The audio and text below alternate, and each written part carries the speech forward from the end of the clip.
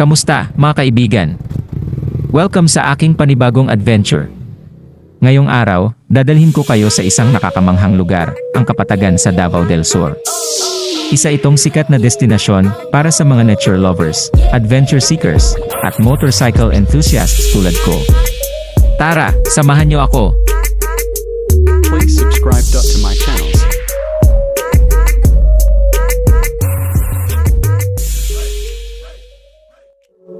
Ang pagpunta dito sa Kapatagan ay isang adventure na agad.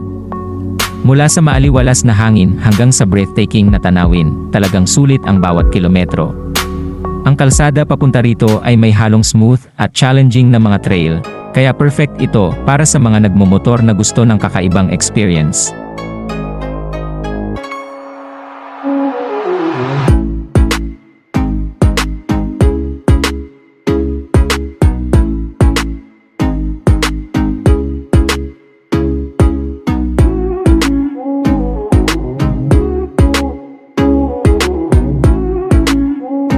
Narito tayo ngayon sa Kapatagan at sobrang ganda ng paligid. Nandito ang Mount Apo, ang pinakamataas sa bundok sa Pilipinas na nagsisilbing backdrop sa buong lugar. Meron ding mga taniman ng gulay, strawberry farms at malamig na klima na parang nasa Baguio ka. Huwag din nating kalimutan ang sikat na Foggy Hills na parang nasa ulap ka.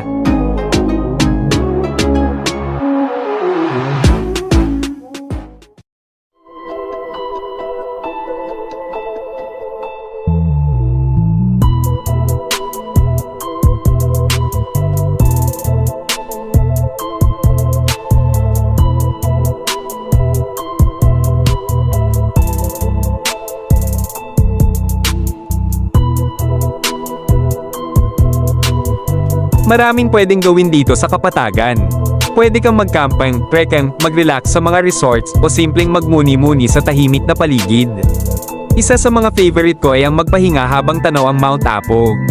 Ibang klase talaga ang vibe dito.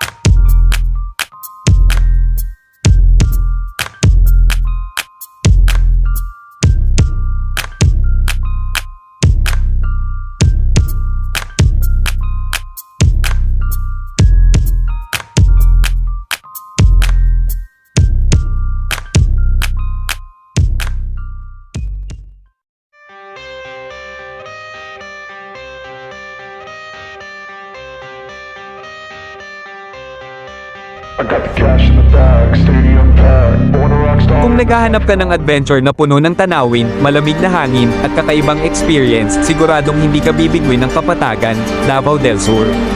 Kaya sa mga kapwa kong rider, alistan nyo na ito sa bucket list ninyo. Hanggang sa susunod na adventure, ride safe at kita-kits!